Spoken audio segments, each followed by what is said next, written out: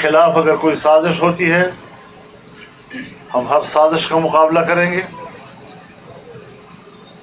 اور عالمی قوتیں جس طرح پاکستان پہ اثر انداز ہوتی ہیں، پاکستان کی سیاست پہ اثر انداز ہوتی ہیں، پاکستان کی معیشت پہ اثر انداز ہوتی ہیں، اسے اپنے کنٹرول میں لینے کی کوشش کرتی ہیں، ہم عالمی قوتوں کی ان سازشوں کا مقابلہ کریں گے۔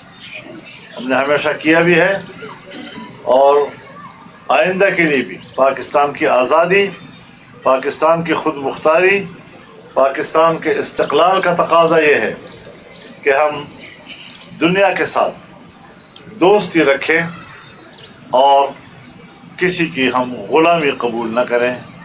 غلامی قابل قبول نہیں۔ بدقسمتی سے جب الیکشن کا وقت آتا ہے تو ہمارے جاسوسی ادارے حرکت میں آ جاتے ہیں، وہ پورے انتخابی نظام کو اپنے کنٹرول میں لے لیتے ہیں، یہاں تک کہ پولنگ اسٹیشنوں کی سطح پر جا کر وہ انتخابات کو اپنی مرضی کے مطابق ڈھالنے کی کوشش کرتے ہیں، نتائج تبدیل کیے جاتے ہیں۔ 2018 کا الیکشن ہوا، ہم نے اسی بنیاد پر اس کو مسترد کیا، اور آج 2024 کے الیکشن کو بھی جمعیت علماء اسلام نے اسی بنیاد پر مسترد کیا ہے۔ ہم نے رد عمل میں اپنا موقف پوری دنیا کو متعارف کرانے کے لیے چاروں صوبوں میں عوامی اسمبلیاں منعقد کی، بلوچستان میں، سندھ میں، خیبر پختونخوا میں اور پنجاب میں۔ ابھی حال ہی میں ہم نے مظفر گڑھ میں جو عوامی اسمبلی کی، یہ تاریخ کے بہت بڑے جلسے تھے۔ عوام نے جس طرح پذیرائی بخشی، عوام نے ہمارے سر فخر سے بلند کیے۔ عوام کی اس شمولیت نے 8 فروری 2024 کے انتخابات کی حقیقت کو بے نقاب کر دیا ہے اور واضح طور پر دنیا کو بتایا ہے کہ یہ ہماری رائے نہیں تھی، ہماری رائے کو تبدیل کیا گیا ہے۔ چاروں صوبوں کے عوام کی رائے لینے کے بعد جمعیت علماء اسلام کی مرکزی مجلس شورا اور اس کے عاملہ عید الاضحیٰ کے بعد پھر بیٹھے گی اور آئندہ کا لائحہ عمل دے گی۔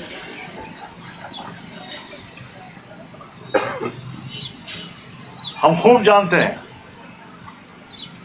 کہ ہمارے ہی ہم سفر انہوں نے آج اس الیکشن کے نتائج کو تسلیم کر لیا اور اقتدار میں جا کر بیٹھ گئے، لیکن ہم نے اپنا اصول نہیں بدلا، اور ہم آج سے اعلان کرتے ہیں کہ اگر آئندہ بھی پاکستان کی اسمبلیوں کو اپنی مرضی کے مطابق ڈالنے کی کوشش کی گئی، نتائج تبدیل کیے گئے، تو پھر یہ جنگ جاری رہے گی۔ ہم سر تسلیم خم نہیں کریں گے، ہم سرنڈر نہیں ہوں گے۔ جو قوتیں ایسا کرتی ہیں ان کو عوام کے سامنے سرنڈر ہونا پڑے گا، پھر یہ جنگ ہے، پھر یہ جنگ جاری رہے گی، اور جو بھی نتائج ہوں ہم ان نتائج کو قبول بھگتنے کے لیے تیار ہیں انشاءاللہ العزیز۔ اللہ ہمیں استقامت نصیب فرمائے۔ اس وقت حالات کیا ہیں؟ ہم نے کہا تھا کہ جو آپریشن آپ فاٹا میں کر رہے ہیں، سوات سے شروع کر رہے ہیں، ہم نے اس وقت بھی اس حکمت عملی پہ اعتراض کیا تھا۔ آج 2024 میں آپ دہشت گردی کے خلاف جنگ کے نام پر ہماری فوج، ہماری ایجنسیوں، جنرلز، ان کی بنائی ہوئی حکمت عملی اس کے نتائج اپنے آنکھوں سے دیکھ رہے ہیں کہ کیا دہشت گردی ختم ہوئی یا اس سے کئی گنا اور زیادہ بڑھ گئی ہے.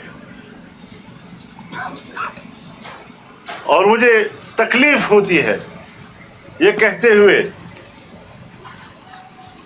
کہ صوبہ خیبر پختونخوا اور بلوچستان میں ریاستی ریٹ ختم ہو چکی ہے. عوام مسلح تنظیموں کے رحم و کرم پر ہے. کوئی شخص اپنے ماحول میں محفوظ نہیں.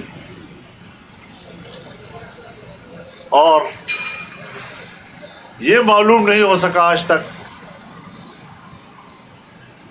کہ ہمارے ادارے واقعی دہشت گردی کے خلاف جنگ لڑ رہے ہیں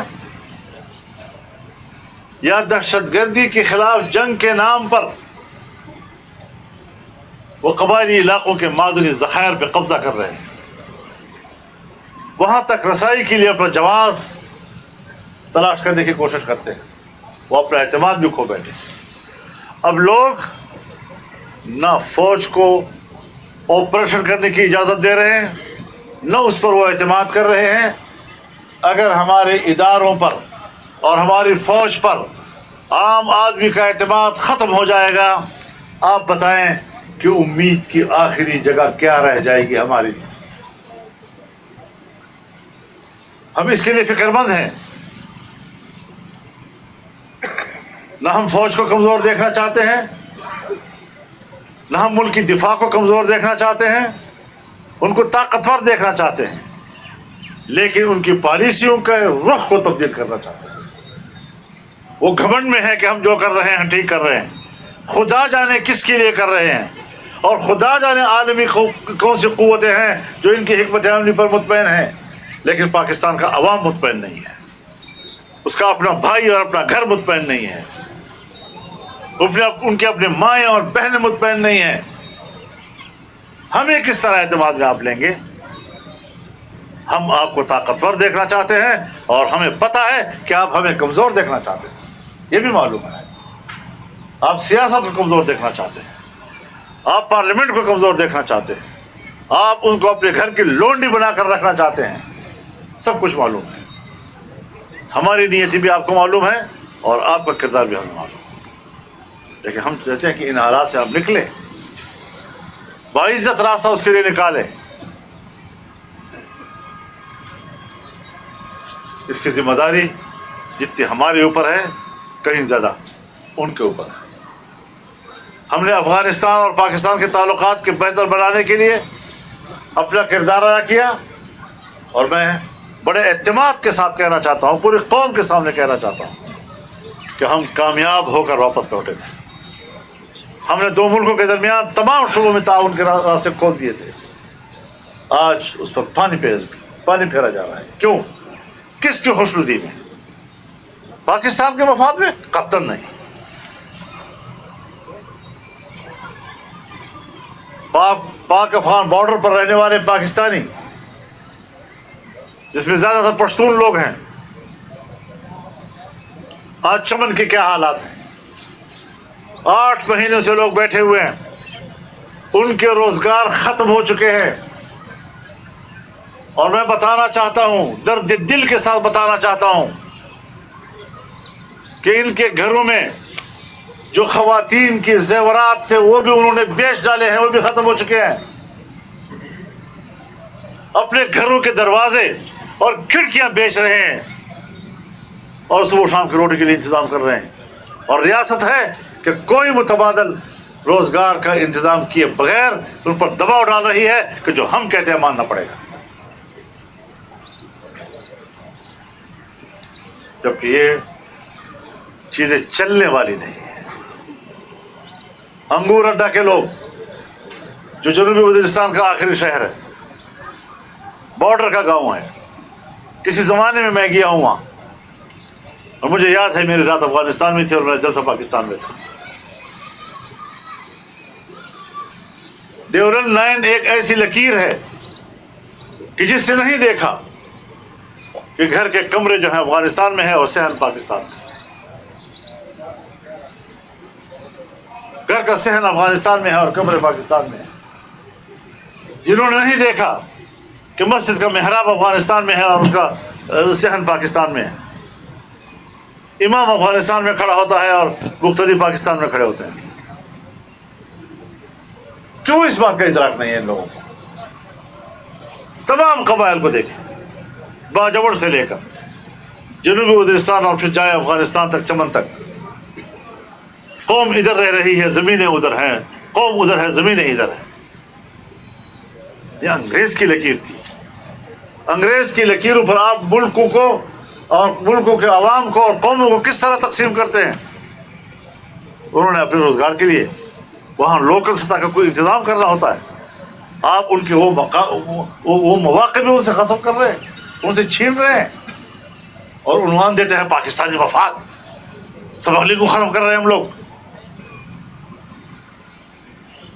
خدا نہ کرے، خدا نہ کرے کل کوئی کہنے والا کہہ جائے گا کہ عوام کو تو کہا جا رہا ہے کہ تم سمگلنگ کر رہے ہو، جبکہ عوام سمگلنگ نہیں کر رہے، عوام اپنے روزگار کے لیے دن رات کی محنت کر رہے ہیں۔ اگر سمگلنگ کرتے ہیں تو پھر بڑی سمگلنگ کے بڑے مچھر بھی تو آپ لوگ ہیں، آپ کی ناک کے نیچے لوگ کرپشن کرتے ہیں۔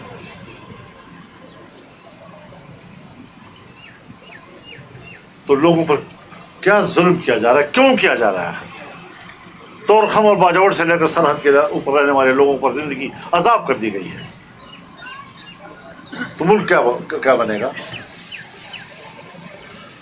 کیا پھر ایک نیا شیخ مجیب الرحمان تیار کرنے کی کوشش کی جا رہی ہے؟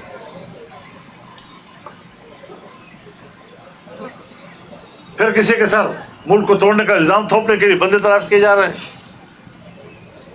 اس لیے سنبھلنا ہوگا، ہمیں مسئلے کو حل کرنا ہوگا۔ اور جمعیت علماء اسلام سوچتی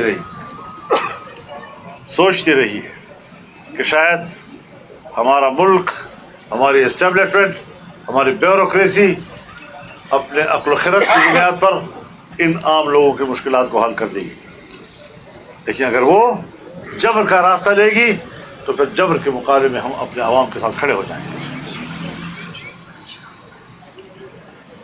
معاملے کو معقولیت کے ساتھ حل کرنے کی کوشش کی جائے، تعاون کے لیے ماحول بنایا جائے۔ ہم ملک کے لوگ ہیں، ہم اس ملک کے لیے بہت کچھ کرنا چاہتے ہیں، لیکن آپ نے ہر اس ماحول پہ آگ لگائی ہے جس ماحول میں تعاون کیا جا سکتا ہے۔ اس ماحول سے نفرتوں اور شکایتوں کے شعلے بھڑک رہے ہیں۔ کہاں کھڑا کر دیا پاکستان کو تم نے؟ اور ناز ہے اپنے عقل و خرد پر۔ آپ کے پاس عقل و خرد نہیں ہے، آپ کے پاس صرف طاقت اور طاقت کا نشہ ہے۔